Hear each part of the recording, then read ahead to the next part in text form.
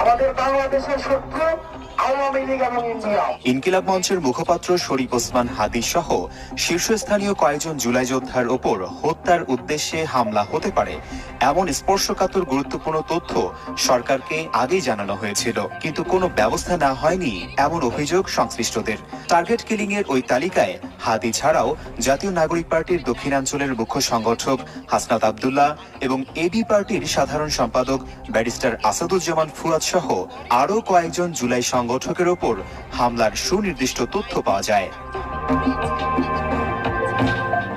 সেপ্টেম্বরে যুক্তরাজ্য প্রবাসী জনৈক আইনজীবীর সূত্রে প্রাপ্ত এ সংক্রান্ত তথ্য যথাসময়ে সরকারের গোয়েন্দা সংস্থা সহ উচ্চ পর্যায়ের কাছেও পৌঁছে দেওয়া হয়। এমনকি খোদ ওসমান হাদি সহ ৩ জুলাই যোদ্ধা নিজেরাই হুমকির বিষয়টি সরকারের দায়িত্বশীলদের নজরে আনেন।